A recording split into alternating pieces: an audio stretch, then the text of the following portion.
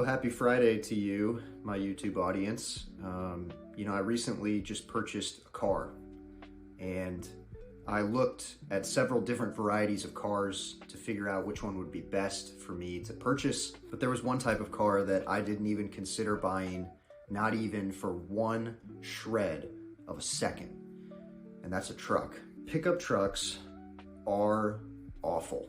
And living in the South in the United States, they are everywhere.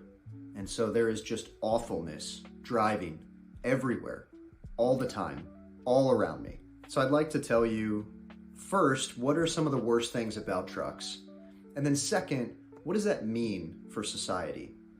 And what can we do about it? But let's start by just informing you, in case you're not aware, what are the worst things about pickup trucks? And the first thing that I'd like to put out there is somehow pickup trucks are both simultaneously too big and too small at the same time. When you see a pickup truck driving around, you're like, oh, that car is huge.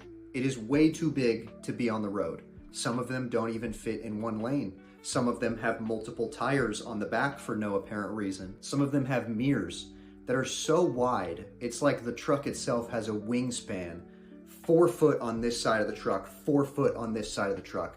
No car can even drive in the lane next to that truck because the mirrors go all the way. If the truck is in this lane, the mirror extends through, all the way through the lane on this side and all the way through the lane on this side. That's how wide mirrors are on some trucks for no apparent reason. Like there are semi-trucks that are actually hauling cargo that are significantly thinner than some pickup trucks that I've seen.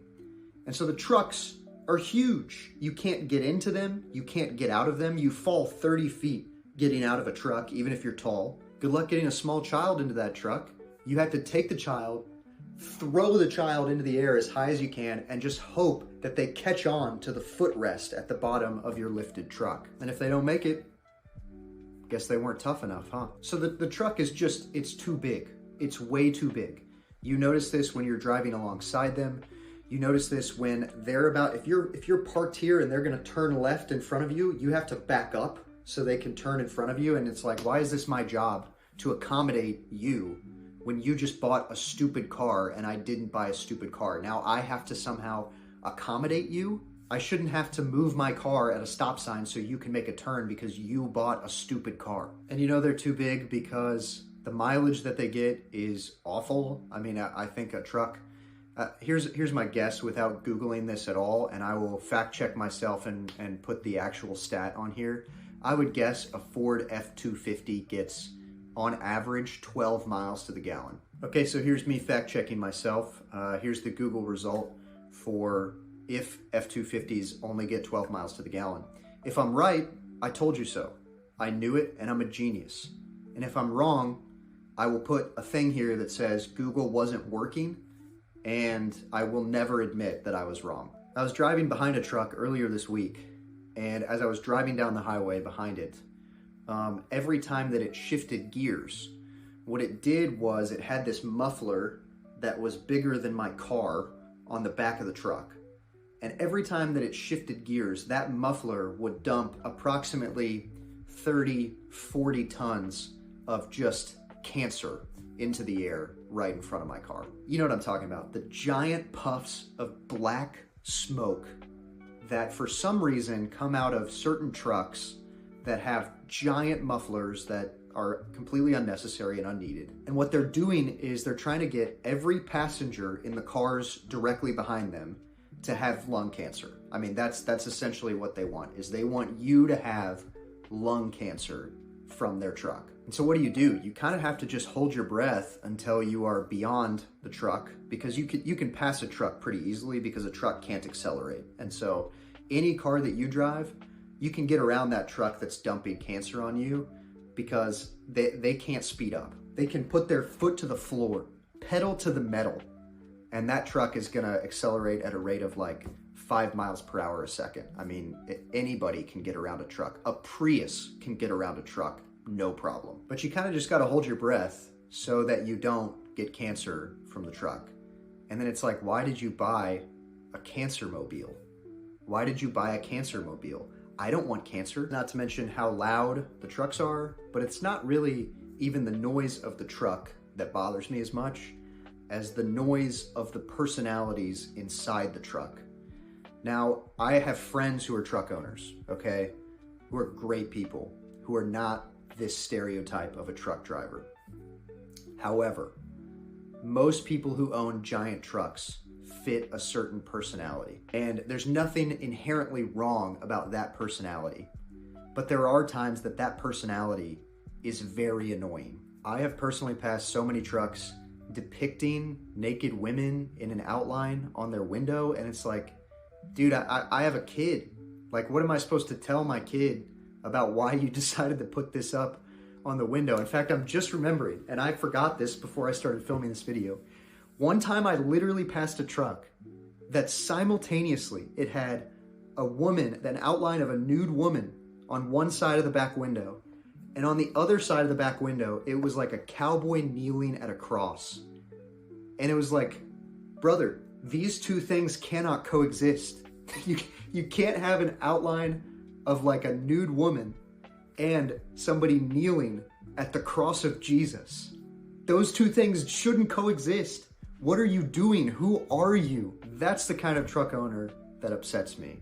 That's the kind of truck owner that the personality doesn't make any sense, and the inconsistencies in their lives eventually will catch up to them. Okay, so we've established trucks are too big, but I'd also like to say that somehow, simultaneously, trucks are also too small. Because the bed of the truck extends so far into what could be passenger space for the car, you are left with virtually no passenger space in your truck.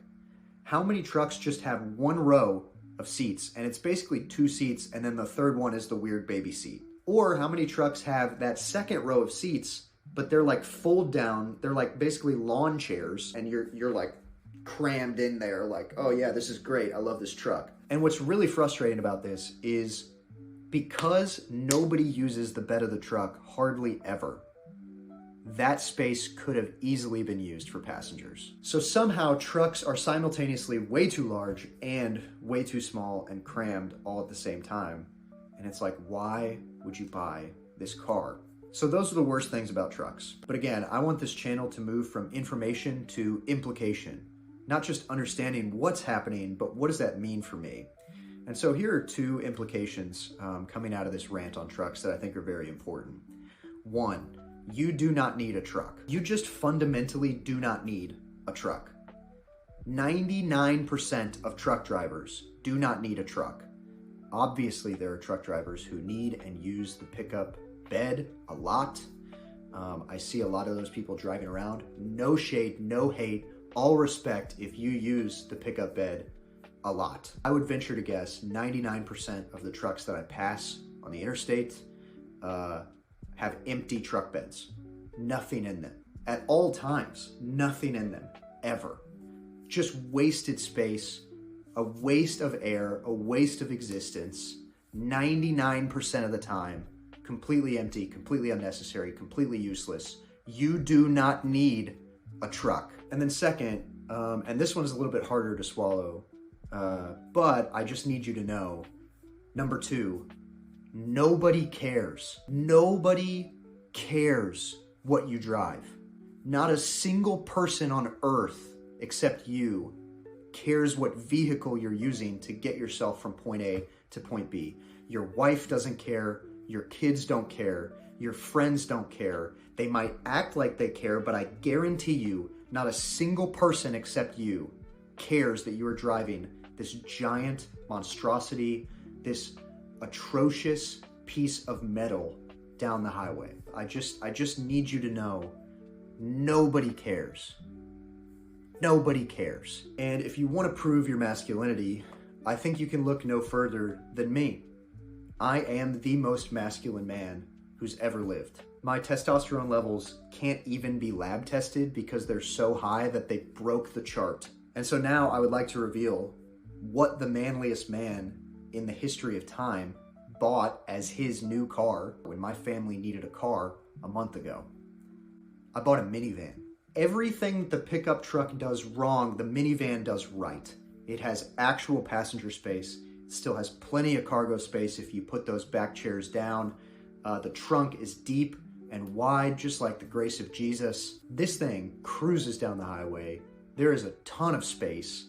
I have absolutely no shame, and I would argue that the minivan is a better utility vehicle for most people than a truck, especially if you have kids. Those sliding doors, oh my goodness. Do you know how easy it is to put a car seat in the back of a minivan compared to a truck? So if you're watching this and you're in the camp of 99% of people who have trucks who don't need them, sell the truck, buy a minivan. I promise you, it is worth it. If you're still watching this, I love you more than I love minivans, which is way too much. Thank you for watching. I'll see you next Friday.